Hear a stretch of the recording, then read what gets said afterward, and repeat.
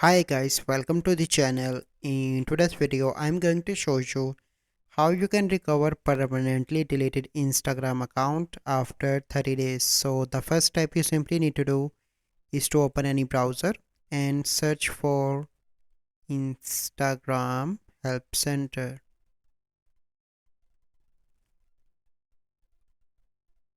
And you need to open the first website, Instagram Help Center. Then you need to click on three bars. And here you can see different options. You simply need to click on manage your account and click on sign up and getting started. Scroll down and click on no.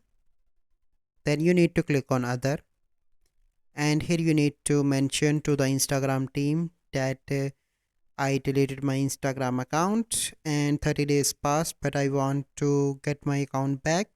Kindly help me getting my account back. And then you need to click on submit. Then the Instagram team will see your request, and in 24 to 48 hours they help to recover your account. So this is the complete process. I hope you find this video helpful. If you find this video helpful, must like this video, subscribe to our YouTube channel for future videos. We'll see you in the next video. Thank you. Have a good day.